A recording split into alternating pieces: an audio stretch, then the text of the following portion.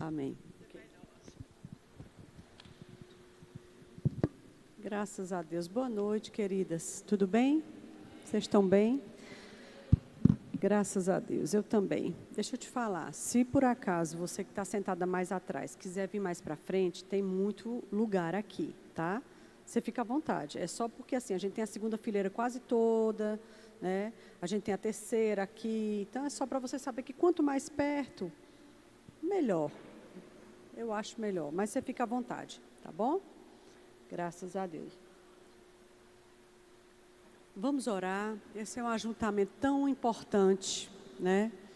Deus não desperdiça ajuntamento. Deus não desperdiça convite. A gente foi convidada para estar hoje à noite aqui. E com certeza, querido, todo mundo tinha o que fazer. Especialmente se tratando de mulher. Você sempre tem o que fazer em casa, enfim, no trabalho, onde seja. Então, assim, você não veio porque estava de folga. Você não veio porque estava à toa e eu vou para o culto das mulheres. Não. Você veio porque você entende que era importante estar aqui. Você veio porque você atendeu a esse convite do Senhor. E você entende que o que vai ser colocado na mesa, a comida e a bebida espiritual que vai ser colocado na mesa é importante para você. Ah, mas eu estou muito cansada. Eu também. Isso é normal. Viu? Normal, principalmente se tratando de mulher. Então, assim, não fique condenada porque você está cansada, porque você está com sono, porque você queria se deitar. Está tudo bem. A gente não é a nossa carne, a gente é o nosso espírito. Então, a nossa carne, ela quer mesmo descansar e tal. Ela nunca vai querer amar as coisas do espírito, nunca. Então, está tudo dentro do script mesmo, está tudo certo. Amém? A questão é que nós damos ordem a ela e ela nos obedece, não é a gente que obedece a ela. Então, por isso mesmo, cansadas ou com outras tarefas, nós escolhemos a melhor parte. E a melhor parte sempre vai ser uma decisão. E um anjo não vai tomar essa decisão por nós, nossos maridos não vão tomar, nossos pastores não vão tomar. É uma decisão perfeitamente individual, sabe? Perfeitamente individual. E quem escolhe sempre, né? Sempre que dá, sempre que pode, ou às vezes nem podendo, mas escolhe sempre a melhor parte, essa pessoa vai ser diferente. Essa pessoa vai perceber diferença na vida dela. Entende? Porque escolher a melhor parte significa estar com Ele. Não era isso que Maria estava fazendo? Quando Jesus diz, tua irmã escolheu a melhor parte. O que é que Maria estava fazendo? A Bíblia diz que ela quedava-se aos pés de Jesus para ouvir-lhe os ensinamentos. Então, significa que está, literalmente como você está agora, sentada, para ouvir os ensinamentos de Jesus, era o que Maria estava fazendo naquele dia. E Jesus disse, essa é a boa parte. Essa é a parte mais importante. E quando alguém escolhe isso, isso nunca vai ser tirado dele. Eu nunca vou dizer, quando uma pessoa quiser me ouvir, quiser anelar pela minha voz, querer saber qual é o conselho que eu tenho para ele, eu nunca vou dizer, não, filha, agora não. Não, vá fazer suas coisas. Não. Eu sempre vou dizer, sim.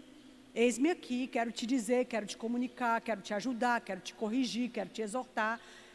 Entende, queridas? É isso que ele está dizendo, isso aqui nunca vai ser tirado dela. O que ela receber num momento como esse, nunca vai ser tirado dela. Porque escolher a melhor parte vai ser sempre a coisa certa. Amém? Vamos orar. Senhor, nós queremos te agradecer nessa noite. Nós temos como honra poder nos reunir nesse lugar, nos ajuntar aqui, isso é uma bênção. Obrigada pelo privilégio de ter um trabalho para mulheres, né? Oportunidades para mulheres dentro dessa igreja. Que bênção, que honra. Que isso nunca se torne diante dos nossos olhos comum, né? Desperdiçável. Não. Que a gente não se acostume com a paisagem, mas que a gente entenda o valor que é um momento como esse. Quantas coisas o Senhor pode nos tocar, nos esclarecer, nos corrigir em momentos assim, em ajuntamentos aparentemente simples. Eu te agradeço porque você é um Deus do simples. Você é um Deus do grande, mas você é um Deus do pequeno. Você é um Deus, Senhor, que celebra todo tipo de oportunidade de estar conosco. Nós te agradecemos pela tua palavra que não volta vazia, mas que produz aquilo para o que foi liberada. Seja assim na nossa vida nessa noite, em nome de Jesus. Amém? Graças a Deus. Então, queridas, pensando sobre o que poderíamos conversar, eu queria que a gente começasse, por favor, abrindo em... A gente vai ler uma parábolazinha, uma parábola não, uma vivência, desculpa, é uma história mesmo. A gente vai abrir em João 9.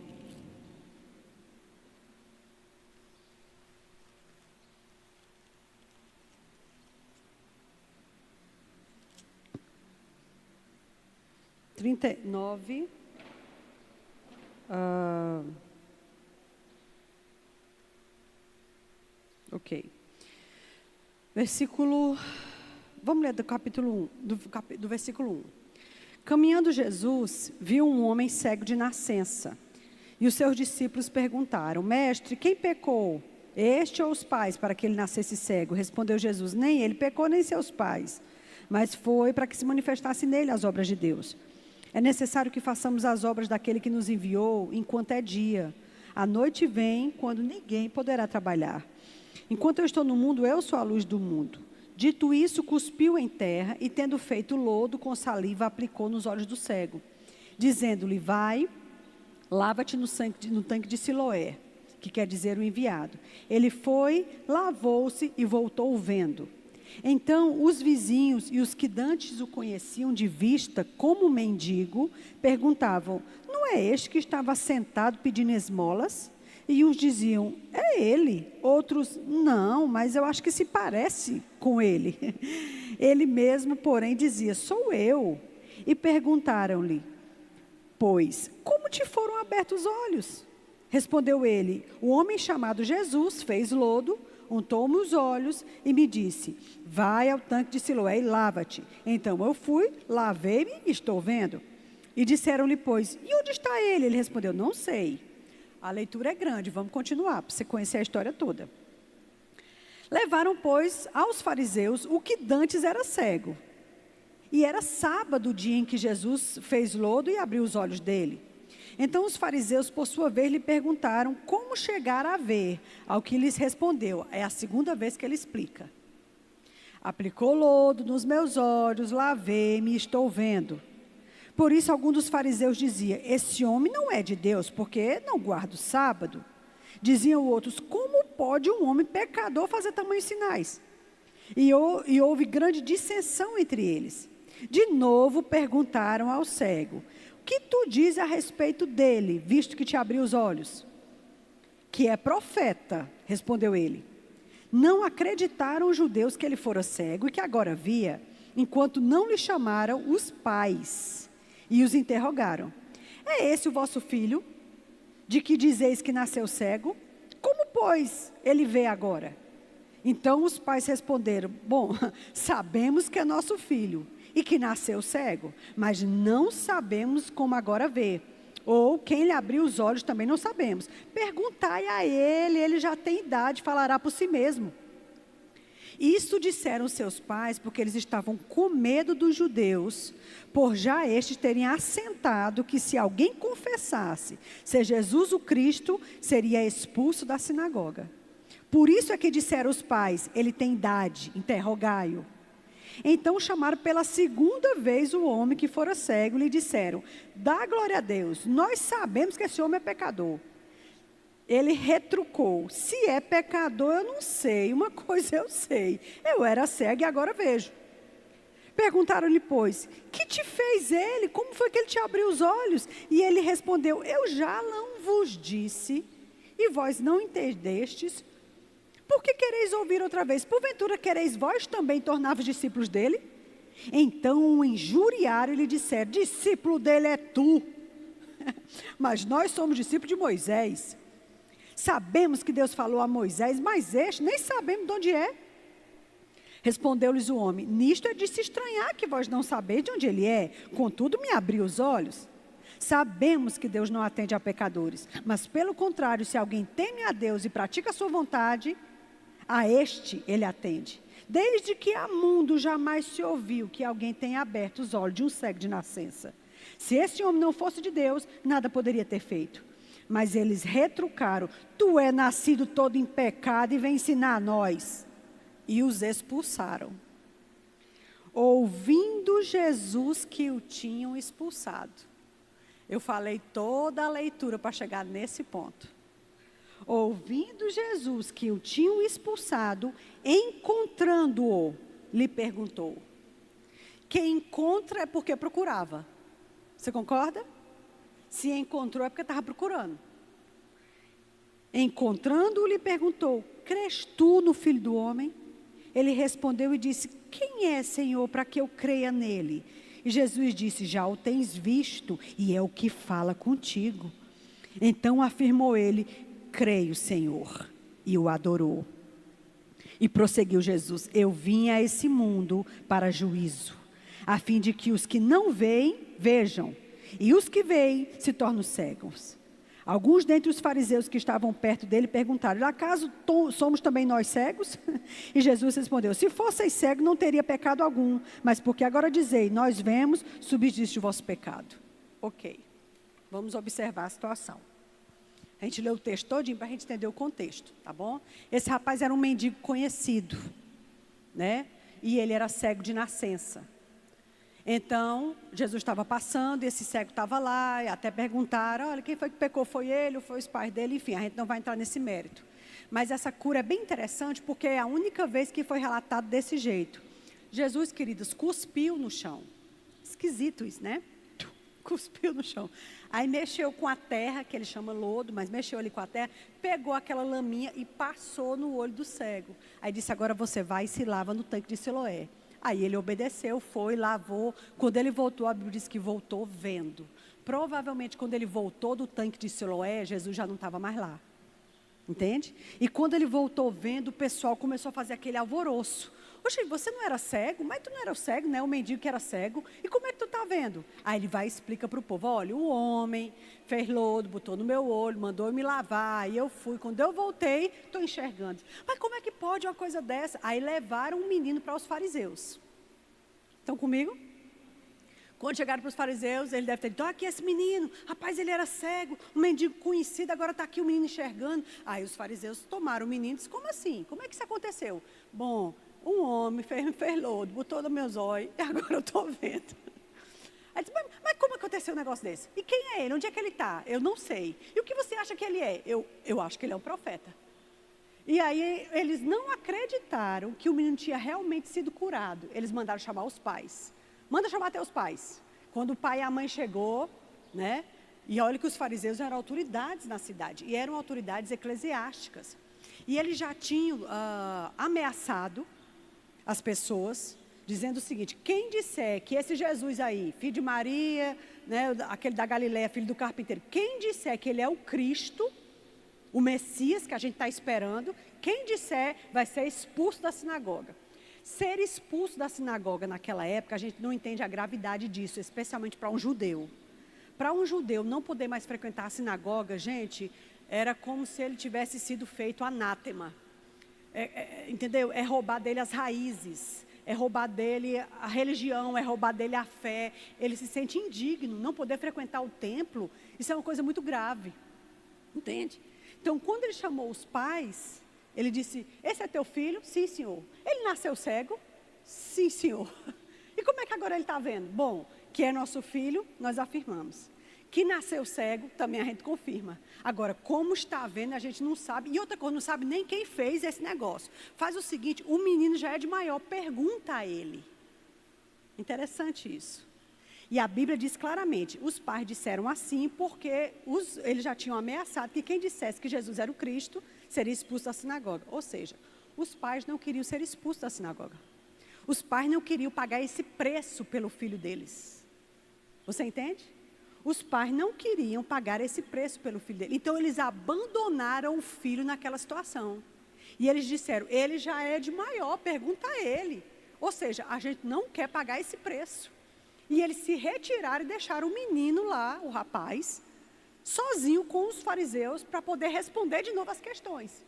E aí eles chegaram para ele e disseram, conta de novo como é que foi feito esse negócio. Rapaz, eu não já falei para vocês? Aí o menino já pegou né? Eu não já falei para vocês, vocês querem ouvir outra vez? Vocês querem por acaso ser discípulo dele? Aí os fariseus pegaram né? E aí o menino começou a pregar para ele. Aí, desde que o mundo é mundo, nunca se ouviu dizer que alguém abriu os olhos de um cego, de nascença.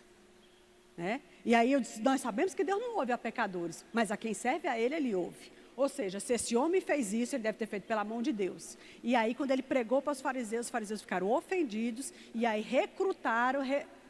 retrucaram contra o menino e disseram, tu é nascido todo em pecado, rapaz, vem ensinar a nós. E a Bíblia diz, e o expulsaram. Ou seja, o que os pais estavam com medo de acontecer com eles, aconteceu com o menino. E o expulsaram. Aquele menino não tinha mais acesso à sinagoga. Você entende? E aí saiu aquele menino dentro dessa situação, porque os pais não defenderam, não tomaram a rédea, não pagaram o preço por ele, porque não queriam ser expulsos da sinagoga, deixaram o menino para resolver a questão sozinho. O rapaz lidou com os fariseus, né, naquele confronto, por fim das contas foi expulso da sinagoga, e a Bíblia diz que Jesus, ouvindo dizer o que tinha acontecido com o rapaz. Essa introdução todinha é para dizer sobre o que a gente vai falar. A Bíblia diz que Jesus, ouvindo dizer que o rapaz tinha sido expulso da sinagoga, encontrando-o. Se encontrou é porque procurava. Quer dizer então que Jesus ouviu dizer que houve um debate com os fariseus, que os fariseus mandaram chamar os pais do menino, que os pais do menino não defenderam o menino, mas deixaram o menino sozinho, e o menino lidou com os fariseus e por fim foi expulso da sinagoga. Era um judeu que não podia mais frequentar a sinagoga, e aí ele, sabendo disso, ele foi procurar o menino. E a Bíblia diz, encontrando-o, disse, tu crê no Filho do Homem? Aí o menino disse, Senhor, quem é ele para que eu possa crer? Ele disse, rapaz, tu já falou com ele, na verdade, é esse que fala contigo. Ele se apresentou para o rapaz como Cristo. Talvez a gente não entenda a seriedade disso. Mas todo Israel estava esperando o Cristo. Cristo, gente, não era o nome, não era o sobrenome de Jesus. Jesus Cristo da Silva. Não. Cristo era a posição em que ele veio. Cristo quer dizer o resgatador, o remidor, o salvador. E todo Israel estava esperando, porque todos os profetas, desde Moisés, passando por Davi, até os profetas maiores e menores, todos apontaram de alguma forma essa vinda do Messias, que é o Cristo. Entende? Então assim, você conta nos dedos as pessoas para quem Jesus disse, eu sou o Cristo. Ele disse para Marta, na morte de Lázaro, ele disse para a mulher, a mulher samaritana no poço, e ele disse para esse rapaz nesse momento. Né? Então o que eu quero te dizer é que, fique comigo, se esse rapaz, se você fosse cega de nascença, Jesus encontra com você, ou alguém encontra com você, faz um lodo, põe nos seus olhos, você nunca viu a luz do dia, você não conhece o rosto dos seus pais, você não conhece o seu próprio rosto, você nunca viu nada na vida, tudo era trevas, tudo era breu. E de repente alguém faz esse negócio e você vai se lavar e volta enxergando. Tudo é novo, você está vendo tudo aquilo pela primeira vez. Você acha que isso que Jesus fez por esse menino já não era o bastante? Você acha que Jesus ou qualquer pessoa tivesse feito isso por você, você não já estava grato por o resto da vida? Precisava mais Jesus ir atrás desse menino para fazer mais alguma coisa? Você entende? O que eu quero te dizer é isso. Gente, se eu fosse cega de nascença, se Jesus tivesse cuspido nos meus olhos e eu tivesse enxergado, eu estava grata para a vida toda, ele não precisava me procurar para mais nada. Ele não precisava fazer mais nada. Mas o caráter de Deus é de ir além da marca. É de ir além da marca. E Jesus sabia, claro que ele sabia disso. Não, ter devolvida a luz aos olhos daquele rapaz, são as obras de Deus. Estou feliz por isso. Mas ele vai além da medida. Quando ele soube que o rapaz foi expulso, ele procurou o rapaz para se apresentar para o rapaz como Cristo. Sabe o que ele queria? Consolar o rapaz, porque soube que ele foi abandonado pelos pais e foi expulso da sinagoga. Quer dizer, não era suficiente só ter curado o rapaz. Ele também queria ministrar a alma daquele rapaz. A gente vai falar sobre o Deus que ministra a sua alma. Sobre o Deus que vai além da marca. Às vezes, querido, dependendo da forma como a gente foi criada, né, porque as nossas vivências, elas explicam muito de quem a gente é hoje. Na verdade, elas explicam tudo. A forma como a gente cresceu, desde criança, às vezes desde bebê, a infância, pré-adolescência, adolescência, juventude, as vivências que a gente foi passando ao longo desses anos, explicam muito das coisas que nós somos hoje. As boas e as ruins. Entende? Então, assim, às vezes, dependendo da forma como a gente foi criada, a gente tem uma tendência a economizar algumas coisas. A achar que já está bom, não, já é suficiente, não está bom, não, precisa de mais do que isso, não. Eu sei porque eu sou assim. Eu vou te dizer, o contentamento correto, adequado, ele é inclusive bíblico. Paulo disse assim, tendo com o que comer e que se vestir, estejamos alegres. O contentamento com a piedade, com a vida de Deus em nós, ele é maravilhoso. Você entende? A gente tem sim que aprender a estar grato com o que a gente tiver. Mas a gente também precisa aprender que o caráter de Deus é sempre ir além da marca, sabe? E Deus, Ele vai atrás de você e de mim e procura você e a mim para fazer algo mais.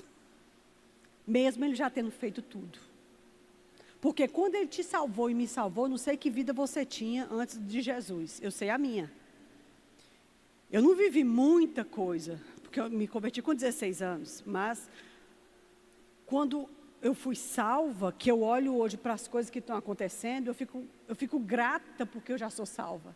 Eu fico grata porque eu tenho o céu me esperando. Entende? Então, isso já seria tudo. Mas Deus, Ele entende as necessidades íntimas, pessoais, as coisas das emoções, as coisas da alma, as carências, as lacunas, as coisas que precisam ser preenchidas. É do caráter de Deus e além. Deixe Deus ser Deus. Deixemos Deus ser Deus na nossa vida. Ele quer ir além algumas vezes. Assim como Ele fez com esse ex-cego, Ele não precisava procurar esse rapaz para nada, o rapaz nem precisava disso, teoricamente.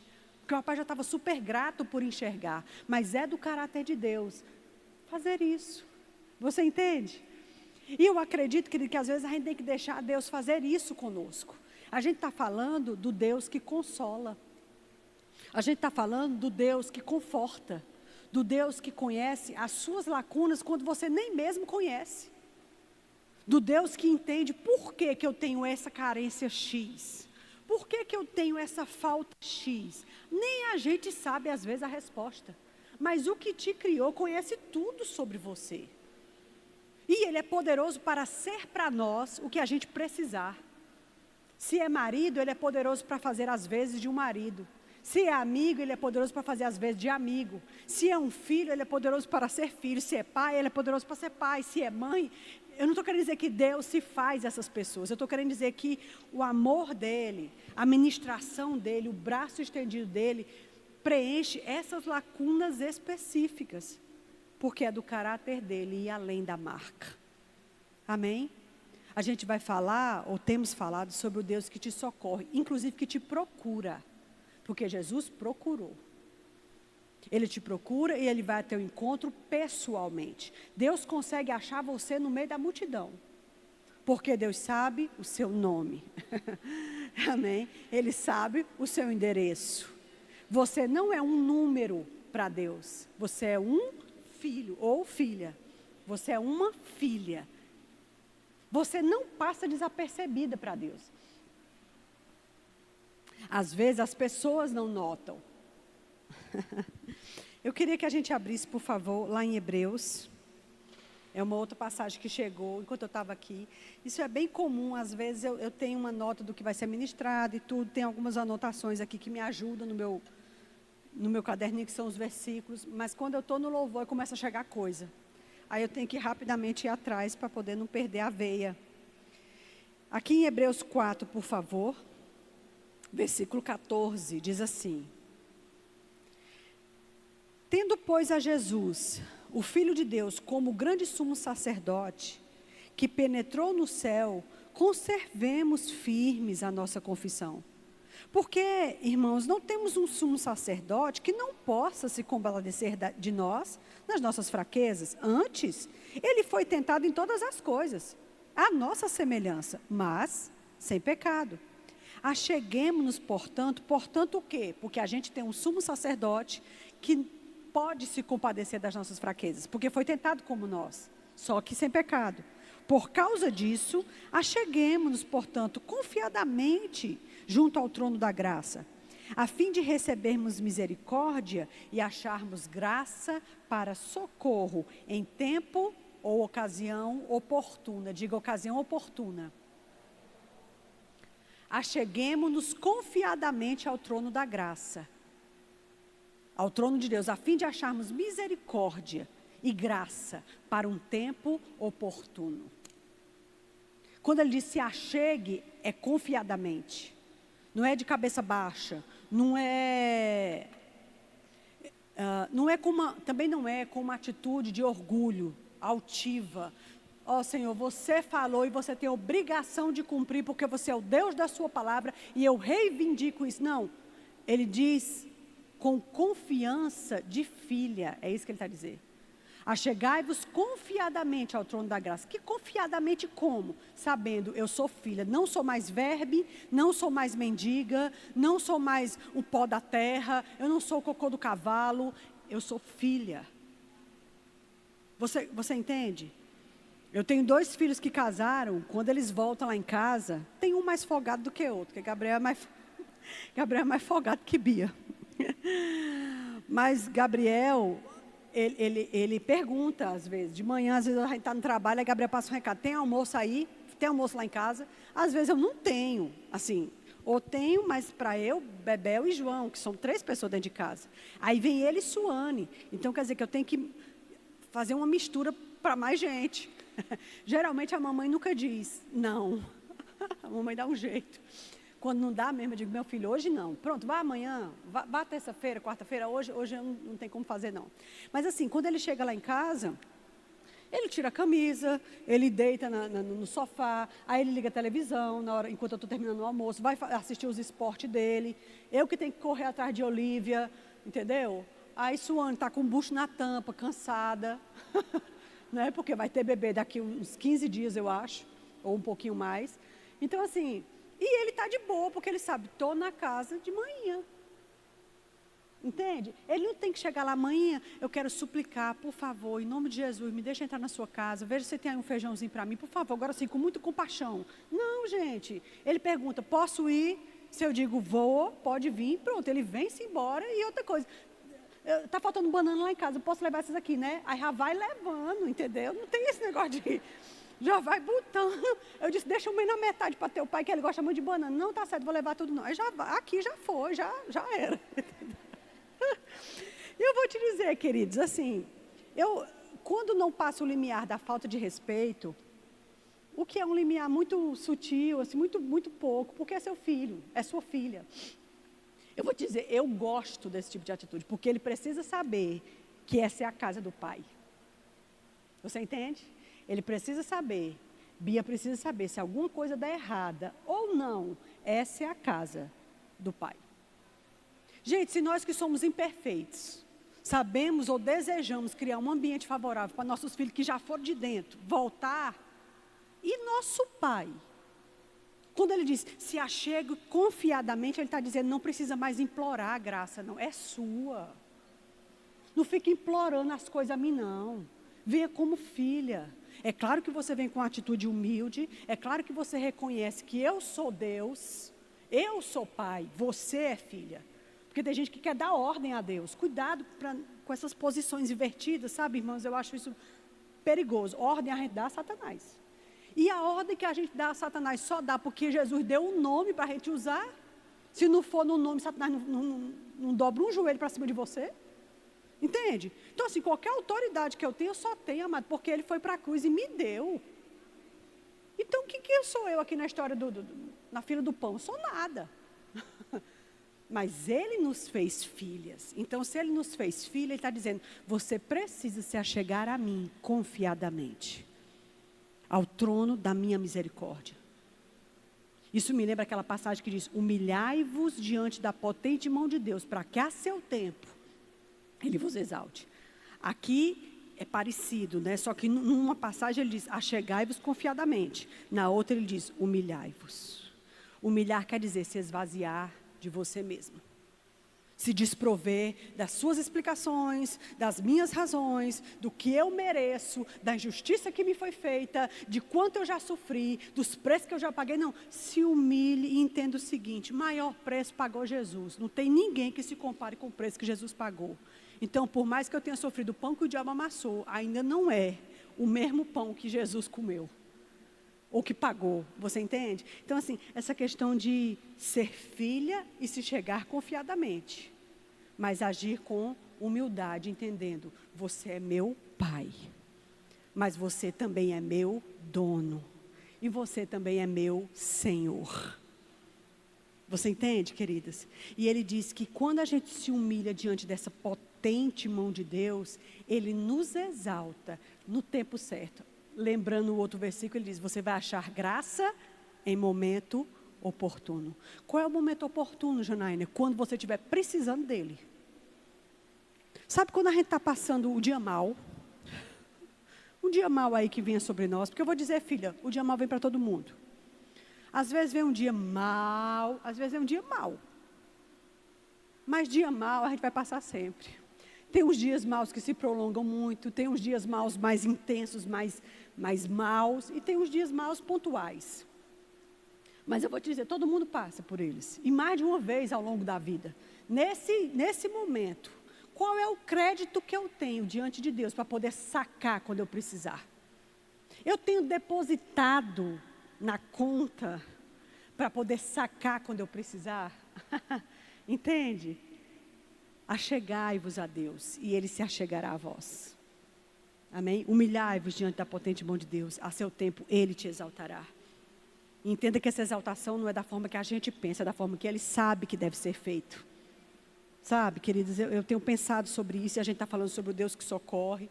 Eu quero mesmo que você entenda que a gente saiu de casa hoje à noite, porque havia um pão e uma comida para a gente beber hoje aqui.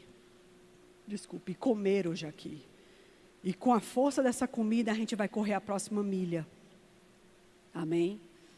Porque quando eu vinha para cá, pensando sobre o que a gente poderia pregar, que eu poderia pregar, me veio essa questão do socorro de Deus.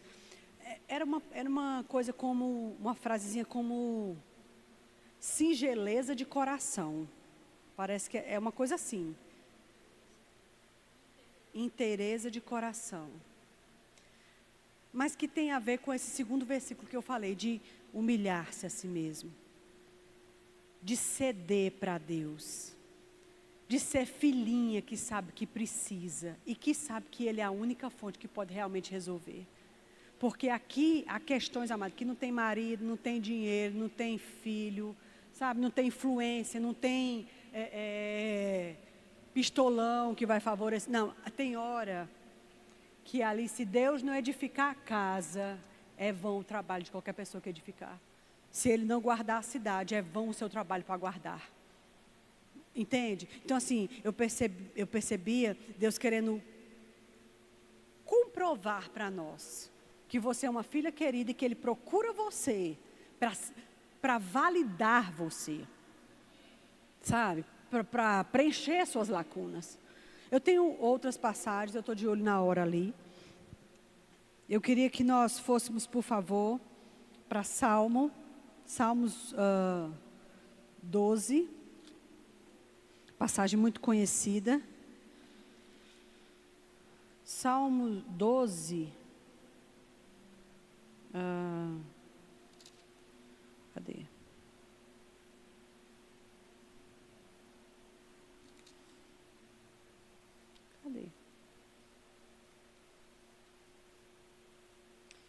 Eu acho que eu anotei errado, amigas. Ou é o 121? Espera aí, deixa eu ir lá ver o 121. 121. É isso, não é o 12, é o 121. É porque tinha um tracinho aqui depois do 12. 121. Eleva os olhos para o monte. De onde me virá o socorro? O meu socorro, ele vem do Senhor que fez o céu e a terra. Ele não permitirá que os meus pés vacilem. Não dormitará aquele que te guarda, exceto que não dorme e nem dormita o guarda de Israel. O Senhor é quem te guarda, o Senhor é a tua sombra à tua direita. De dia não te molestará o sol, e nem de noite a lua. O Senhor te guardará de todo mal, Ele guardará a tua... Observe que não é o teu espírito, porque um espírito nascido de novo está perfeito. O moído está na alma. Ele guardará a tua alma. O Senhor guardará a tua entrada e a tua saída, desde agora e para sempre. Eu queria que você pegasse de novo esse salmo. E a gente vai ler todo mundo junto, não importa a sua versão. Nós vamos ler todas juntas, internalizando isso. Eu não sei o que você vem vivendo, o que você está passando. Ou pode ser que você não esteja passando nada de ruim, graças a Deus. Sua vida está em paz, está tranquila, está estável, ótimo. Que bom.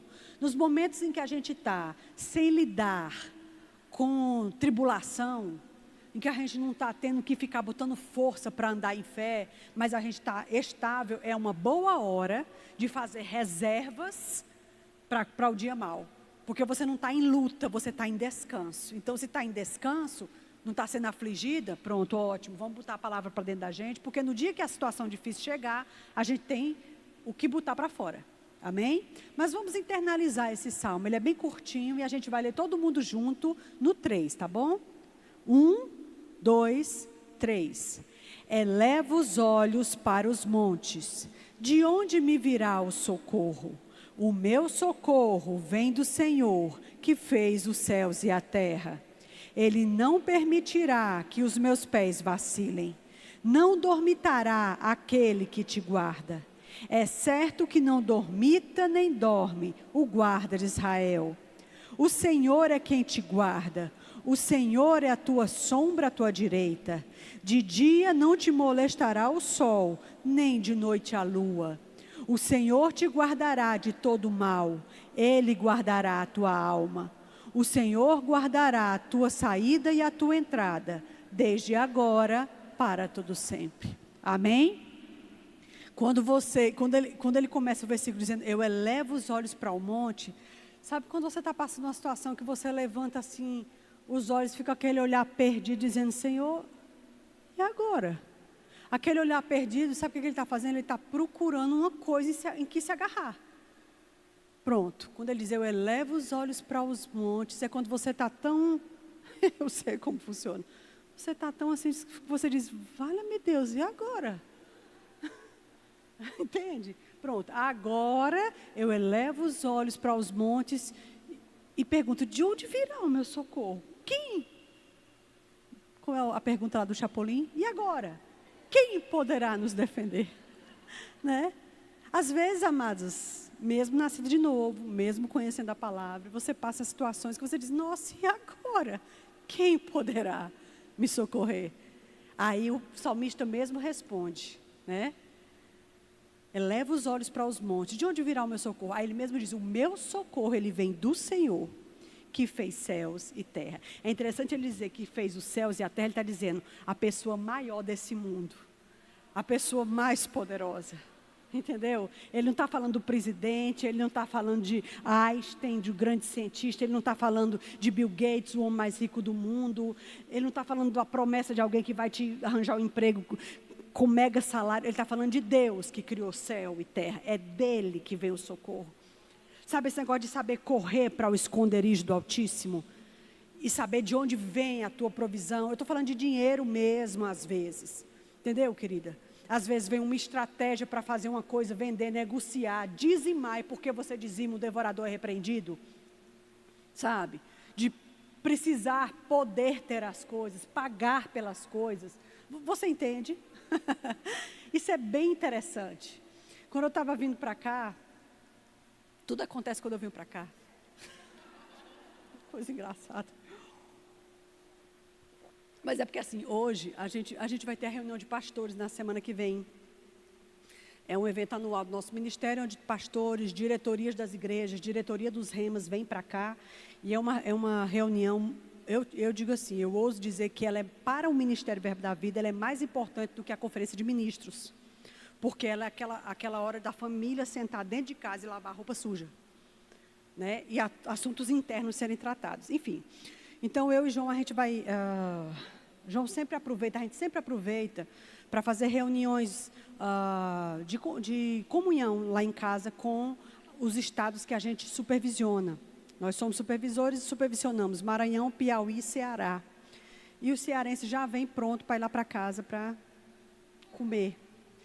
Mas aí, dessa vez, João quer fazer algo que reúna também Maranhão e Piauí. Então, a gente vai fazer um almoço para Maranhão e Piauí na sexta e deixar os cearenses para ir no sábado, no final da tarde. Eu estou só testemunhando para você, tá certo? E aí, a nossa casa, a gente se mudou há 1 ano, e vai fazer agora 1 ano e meio.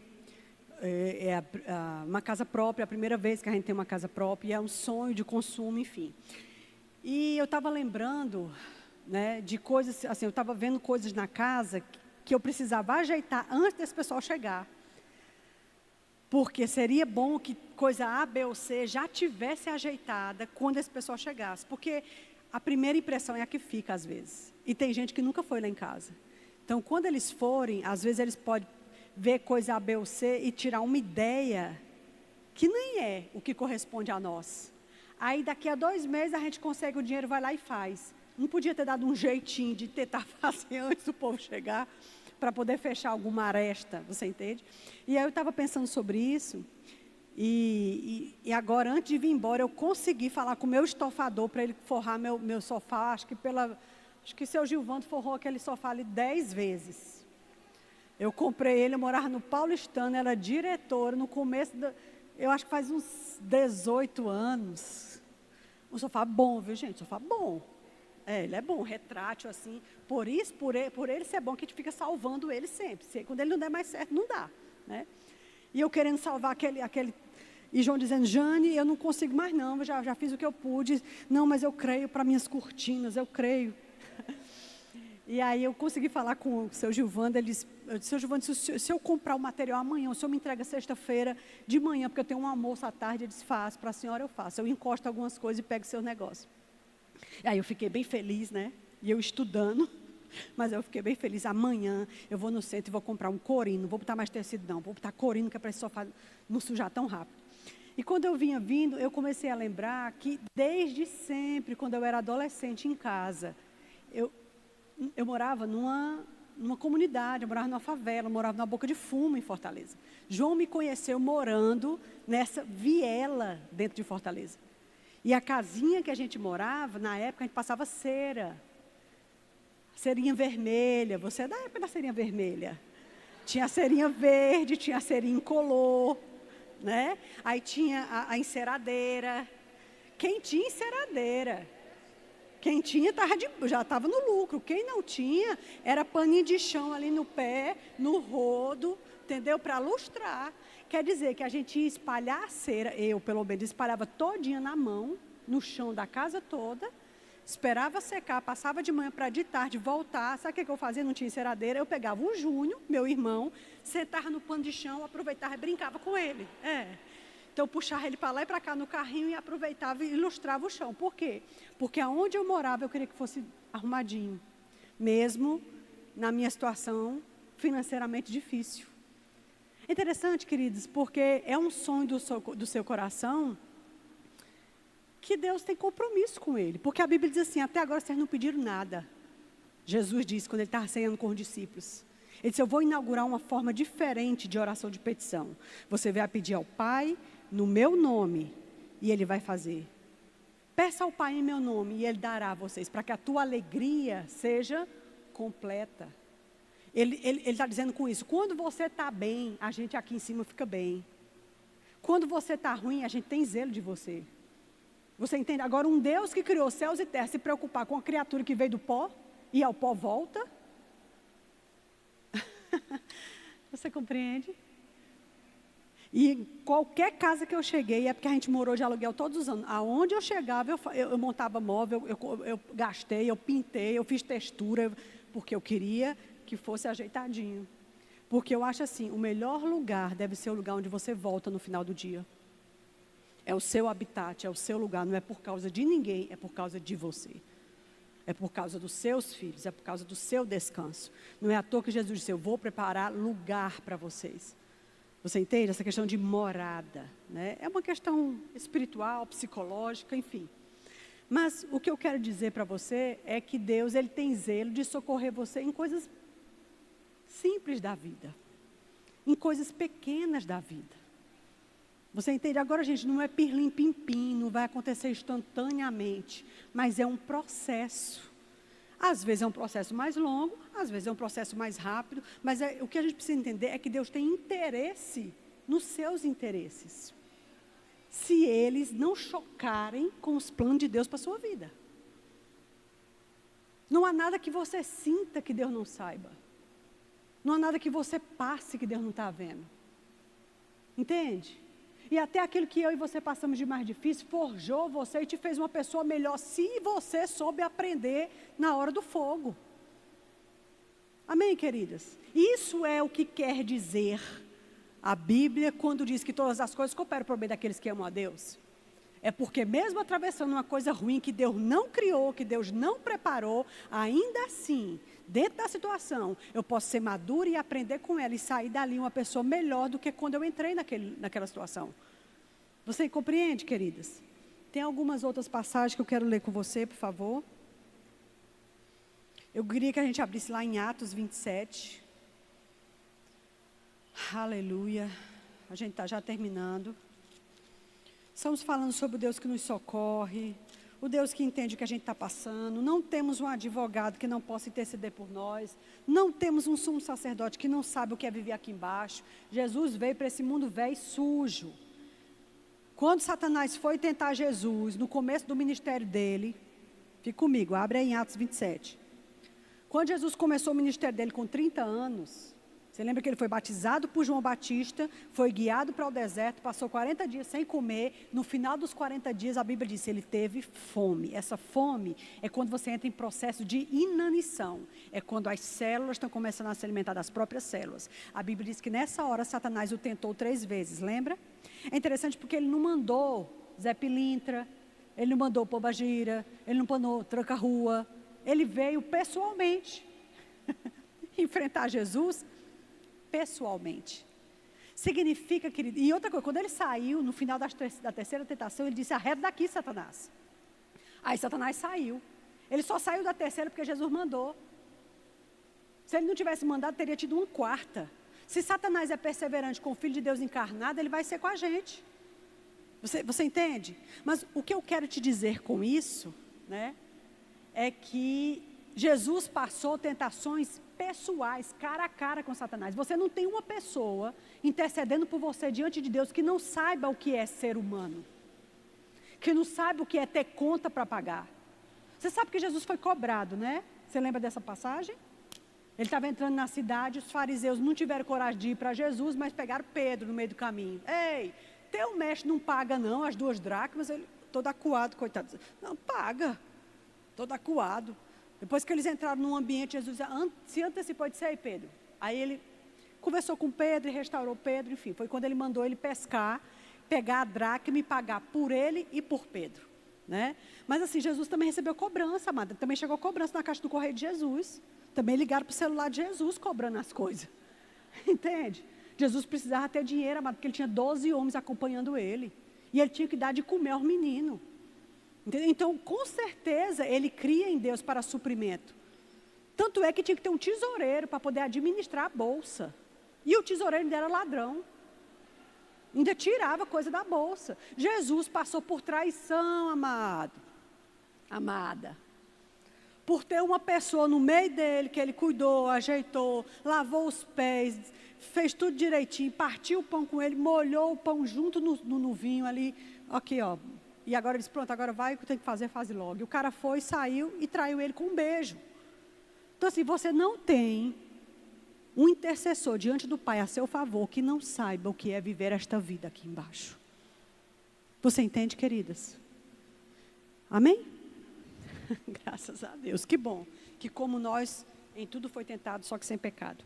E aqui a gente tem, no capítulo 27, Paulo, ele está sendo levado preso num navio.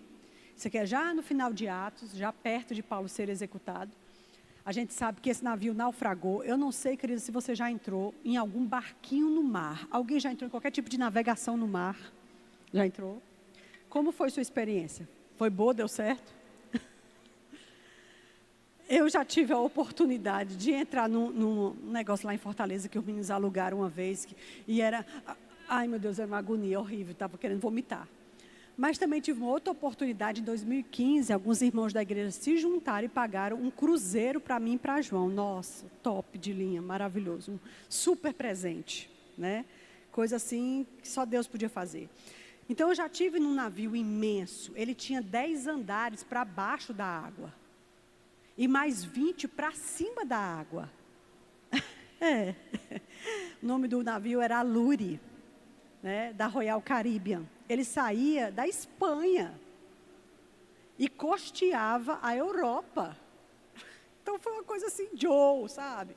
De outro mundo, sabe? Uma coisa única na vida. Mas enfim, quando você está em alto mar, eles compraram para a gente uma cabine que tem as cabines fechadas, mas eles compraram a cabine que tem uma sacada. Então você vê o mar, né? E quando você está em alto mar, que você realmente dá uma volta de 360 graus e só tem água, é bem interessante. É bem interessante. Não tem, querida, como não lembrar do Titanic, na hora. Quando eu estava embarcando, é mesmo que ver a Rose, né? Ela embarcando naquela hora. E quando eu estava embarcando, vendo aquele negócio gigante, eu disse, ai meu Deus, quantos botes tem nesse lugar? Espero que tenha todos os botes. É muito engraçado. Mas o que eu quero te dizer com tudo isso é que Paulo estava num navio e olha que ele não tinha a estabilidade do Alure. Ele não devia ter botes como o Alure, amém? Não era em tempos modernos como o nosso.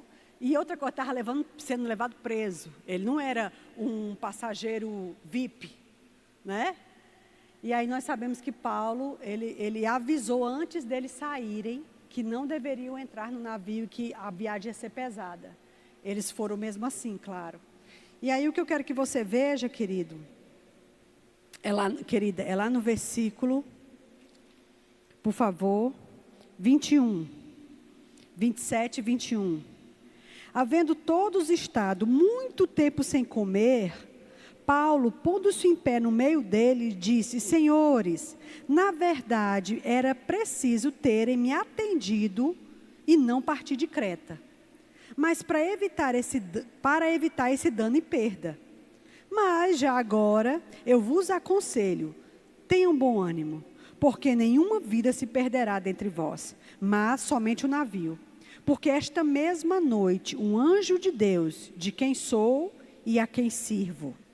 Olha aqui, achegando-se a Deus com ousadia, humilhando-se diante da potente mão de Deus. A quem sou, de quem sou e a quem sirvo. Amém? Esta mesma noite o anjo de Deus, de quem sou e quem sirvo, esteve comigo dizendo, Paulo, não temas, é preciso que compareças perante César. E eis que Deus, por sua graça, te deu todos quanto navegam contigo. Portanto, senhores, tende bom ânimo, pois eu confio em Deus, que acontecerá do modo como me foi dito. Amém? Paulo está no meio do navio, num naufrágio, o povo desesperado. E quando a gente leu, a gente sabe que o pessoal já tinha jogado as cargas para aliviar o navio. O pessoal começou a economizar comida, só comia uma vez por dia, depois só comia a cada 2 dias, e por fim já não tinha mais nada o que comer. A Bíblia diz que eles desesperaram da vida, e não tinham mais nenhuma esperança de salvamento. Diz que havia uma tempestade que deixava os dias e as noites escuros. Então ninguém via um farol, ninguém via terra à vista, nada. Era desesperador. Se você já esteve em algum barco no meio do mar, você pode ter algum tipo de ideia do que é isso aqui. Então, o que Paulo está enfrentando aqui, gente, é coisa muito séria. É coisa de desesperar da vida. Mas o que eu quero que a gente veja é que, neste momento, Deus não abandonou Paulo. Pelo contrário, deu a ele a oportunidade, durante a noite, de ter um anjo que ministrou para ele. Você sabe que os anjos, eles são ministradores a favor daqueles que vão herdar a salvação? E você sabe que o ministério dos anjos ainda acontece, é verdade, é real. O ministério dos anjos é real, amados, e ainda acontece. E o anjo chegou para ele e disse, olha, fica tranquilo, tenha bom ânimo, é necessário que você chegue e fale com César. Então você vai chegar, Paulo. E pela sua graça, Deus vai aproveitar e preservar todas as almas que estão com você no navio. Agora o navio não se salva não, mas as pessoas Deus vai salvar só por causa de tu, Paulo. Você entende?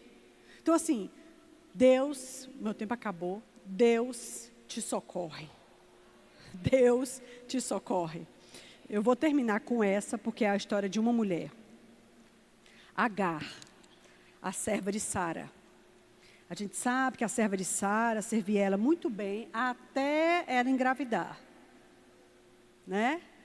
Não tem um problema entre Sara e Agar, tudo certo. Mas aí Sara força o marido, né, persuade o marido, que a mulher gosta de persuadir, tá, chora. Por favor, durma com ela, eu preciso de um filho, Aí o homem constrangido foi lá dormir com a serva engravidou. Quando aquela mulher engravidou, uma outra face se mostrou imediatamente. E agora ela começou a zombar de Sara, né? E maltratar Sara. A Bíblia diz que Sara ficou tão brava que reprimiu ela, maltratou ela e ela saiu fugida. Quando ela saiu fugida, essa primeira vez, né, diz que um anjo falou com ela e disse, não tema, volta para a tua serva e humilha-te perante ela, e ela vai te receber. Gente, agora é interessante, porque é uma pessoa que estava maltratando a mãe da fé, porque se Abraão era o pai da fé, Sara era a mãe da fé. Quer dizer que aquela mulher estava toda errada, porque aquele menino nem era para ter existido, viu gente? Nem era para ter existido. É por isso que está aí hoje a situação delicada de Israel com os árabes. Os árabes são descendentes de Ismael. Aí judeus e árabes se pegam. Por quê? Porque é Isaac e Ismael. Desde longas datas. Porque a chegada de Ismael foi um atalho que Sara quis fazer. Deus nunca disse que o descendente viria de outra mulher. Mesmo que fosse da semente do marido. Não, viria dela. Era eles dois juntos. Não era Abraão e outra pessoa. Aquilo foi um erro de Sara. Você entende? Então assim, Agar estava toda errada.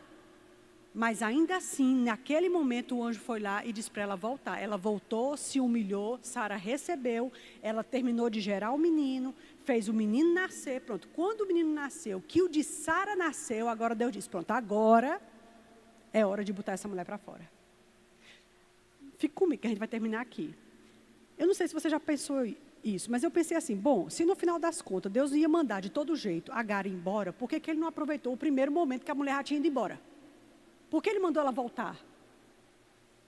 Porque Deus tinha zelo do ente que estava dentro dela, porque era semente de Abraão. E Deus é um Deus da sua aliança.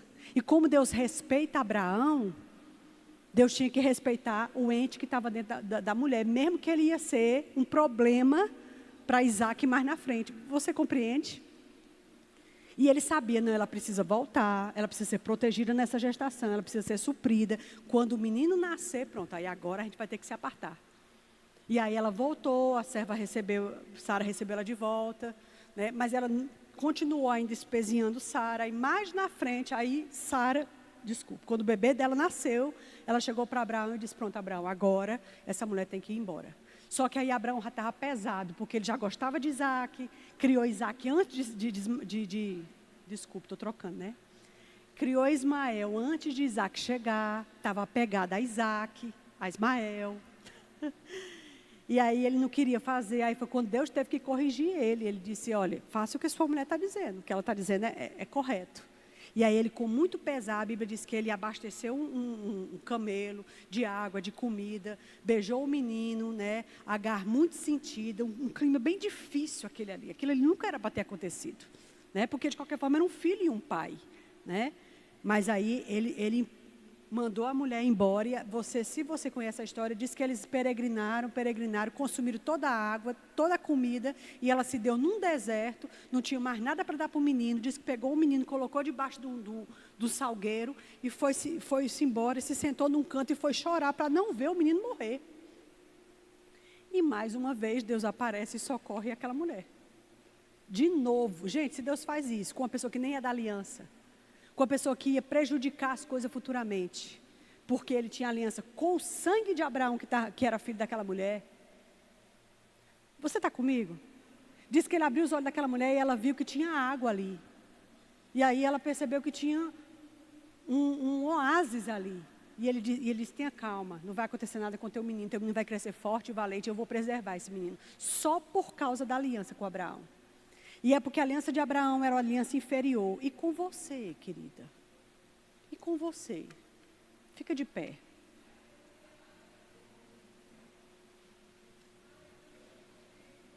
Amém? Deus é um Deus zeloso. Agar era uma mulher, ela era indefesa, ela não tinha marido, né? Ela contraiu aquele filho por uma ordenança de Sara, talvez não fosse nenhuma coisa que ela queria. Deus sabe fazer justiça, Deus é justo, Deus é bom. Se Deus socorreu uma pessoa que foi leviana e errou daquele jeito, o que Deus não vai fazer com você que é filha? Você é filha, diga eu sou digna, eu sou filha, eu tenho direito. E eu reconheço o meu Deus e o meu Pai em humildade, não em soberba. Amém, queridas? Mas em humildade. Feche os seus olhos. Pai, nós queremos te agradecer, porque sabemos que você nos socorre em nossas fraquezas. Você é um Deus que socorre a sua igreja. Você não deixa que a gente atravesse situações difíceis sozinhas.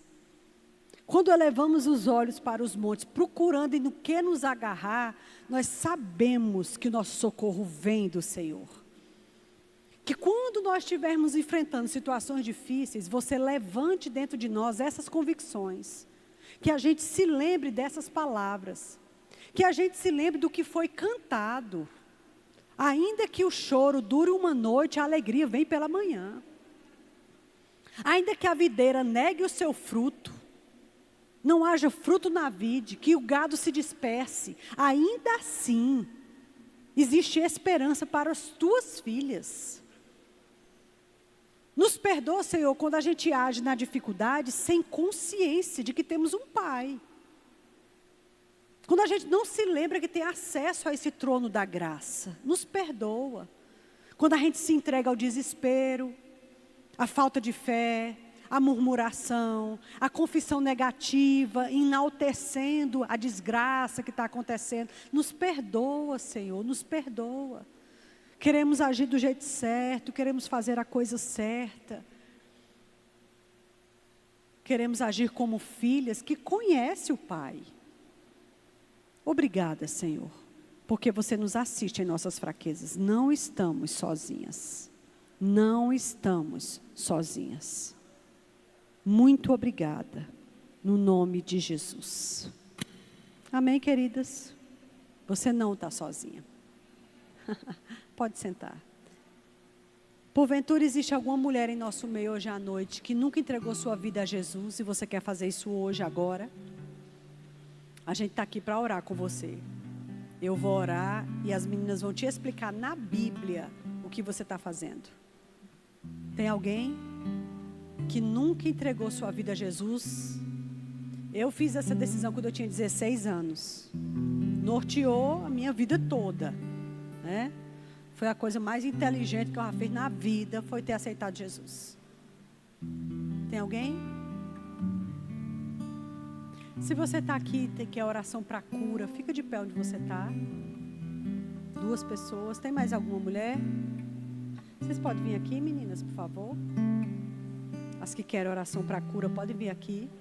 A Bíblia diz que Cristo levou sobre si as nossas dores e pelas suas feridas nós fomos sarados. Se fomos, fomos. Tudo bem? Nossa, faz muito tempo que eu não te vejo. Você está bem? Amém. Que bom. Faz muito tempo que eu não te vejo, mas eu me lembro de você. Ah, você vai representá-la. Ok, tá bom, sua irmã. Ok. Ela está representando um sobrinho nesse momento. Amém? Então a gente vai orar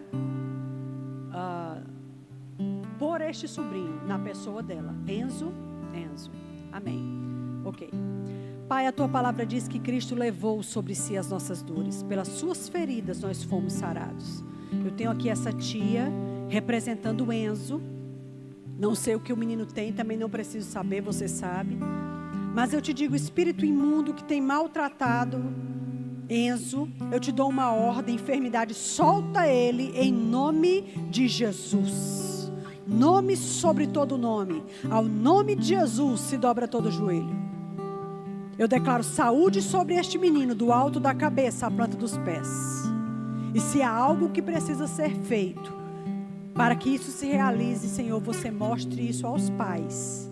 Em nome de Jesus. Muito obrigada, Senhor. Aleluia. Cristo levou sobre si as nossas dores. Pelas suas feridas nós fomos sarados. Obrigada, Jesus, porque isso foi feito lá na cruz. Mas nós recebemos isso toda vez que precisamos. E eu digo a todo espírito de enfermidade sobre o corpo dessa mulher: solta no nome de Jesus. Jesus. Nome sobre todo nome. Ao nome de Jesus se dobra todo o joelho, no céu, na terra e embaixo da terra. Obrigada, Jesus. Saúde em nome de Jesus. Cristo levou sobre si as nossas dores e pelas suas feridas nós fomos sarados. Todo tipo de enfermidade eu te dou uma ordem: solta essa mulher no nome de Jesus. Imporão as mãos sobre os enfermos e eles serão sarados. Eu creio. Obrigada, Senhor, em nome de Jesus. Aleluia. Glória a Deus. Existe alguém que quer falar em língua, ser cheio do Espírito Santo, fluir em rios sobrenaturais? É seu direito e é um presente para a igreja. Tem alguém? Amém? Depois das 9 horas, não tem mais ninguém para nada. Queridas, foi um prazer. Deus abençoe sua vida. Amém? Pense sobre as coisas que conversamos. No dia mau, saiba que você não está sozinha. Se achega ao trono da graça. Se achega ao trono da graça. Agora não é só no dia mau, não. Tem uma vida diante do trono da graça. Porque, querida, Satanás, ele não perde tempo em articular contra você, contra mim. Então não percamos tempo em articular as coisas com Deus. Amém? Graças a Deus. Deus abençoe sua vida.